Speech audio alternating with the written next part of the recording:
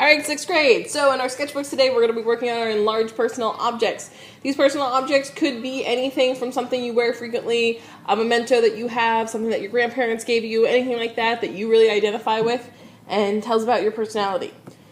So in your sketchbook today, you're going to be writing simplify, magnify, fragment, and explode because you're going to be doing sketches of them. Remember, sketches are not finished products. They are just ideas that are quick, rough, and just help you get thoughts out. So, make sure you're doing that in your sketchbook. When you are simplifying things, you are making them really simple. You don't have to put all the details. You just want the person to be able to understand what's going on. Magnify means you're really zooming in on a specific detail. This could be something that your favorite part of that object or anything like that. Fragment means that you can show either just a portion of the object broken off from the rest of it. It could be you have it broken up like a stained glass window, or you're just doing little bits. Explode is like something's exploding out from a central point. So if I were doing a clock face, I would make that have different sections, and those sections can be wiggly and wonky, but it's like it's exploding out from a central point. So, after you're done planning in your sketchbooks, you are going to get a piece of white paper. This paper is going to come to you unfolded. You need to fold it in half, then open it back up, turn it, and fold it in half again, so that you have 4 sections. On the back of those 4 sections, you are going to write magnify. Then you're going to write simplify. And notice that these are backwards than how I've been saying them because you want to have them be the right way when you flip the paper back over. And the reason why you're writing on the back is because the back will get glued onto another sheet of paper later on, and the front won't be showing. Also, when you cut them apart, because you're going to, because these are all going to be individual pictures that you'll cut apart later on, you want to make sure that you know what they are and you know, like, which one is this one. Okay, so with that, our first one is going to be simplify.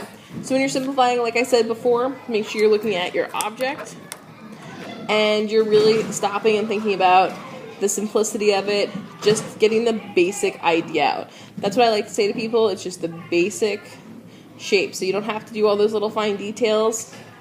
You just want the idea of the object. So I'm looking at it. This could be an enlarged section. It doesn't have to be the whole object. Yes. So you just want an idea of it. So I'm really focusing on the wheel. Notice that my lines aren't all attached or connected to each other.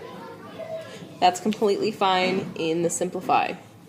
Again, the simplify is just the basic shapes that go along with your object. I'm not even going to have them connect back over there. Notice that this is a rough sketch for me because I go back later on after I'm happy with it and I draw it more darkly and I finalize what I'm looking at. So I can probably stop here. I might want to add a few more details just so that whoever's viewing this could really know that it's a clock face. I don't have to put all those pieces in. And then maybe I want just kind of hint at where the hands are on the face of my clock. So I can do that, and that could be the basic simplification of my clock face. Again, it's not showing everything, it's just really simple, but you still know what it is. Okay, so then the next one is magnify. So on each one of these, I want you to be doing either a different part of your thing, your object, or from a different angle. So if I'm magnifying it, I might choose to do the edge of my watch here. So I might choose to get really close to it and really focus on all of these individual bumps. And so I'm going to really look at it. I'm going to look at those bumps and I'm going to see what each one looks like. and really focus on them.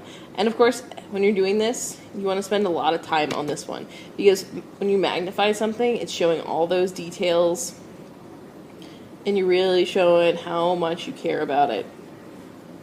So put a lot of time into this one. The other ones will definitely take you less time than this, but this one will 100% be the longest one, because you're really showing all those details. Okay, so you would keep doing that. And obviously I don't want to keep going, so you actually have time to work on your project. You don't just want to watch me. One thing I want to make you aware of is you don't want to go over into the other sections, because yes, these are going to get cut apart, but they're not going to get that cut apart. So make sure you are not bleeding into the other sections. Okay, almost done with this. And you guys obviously will spend a lot more time on this than I have. But really, again, focus on those details. Okay, fragment. This could be, like I was saying, like a stained glass window where there's the lead pieces in the middle, and it's just different fragments, and it's not exploding from a central point, or it could just be a portion of it. So if I were looking at the wristband part of my watch, I could choose to just draw that fragment of it. And again, this could be enlarged as well, and really taking my time with this one. Alright. A fragment. And then the last one is explode. So again, exploding is from a central point. So if I chose to do this from a central point, I could have this explode, but I think I'm actually going to focus on the watch handle here, exploding apart from all the other pieces instead of just focusing on the actual watch. So this is going to explode from there, and that piece is going to explode out from there. And notice it doesn't look, they're just not connected.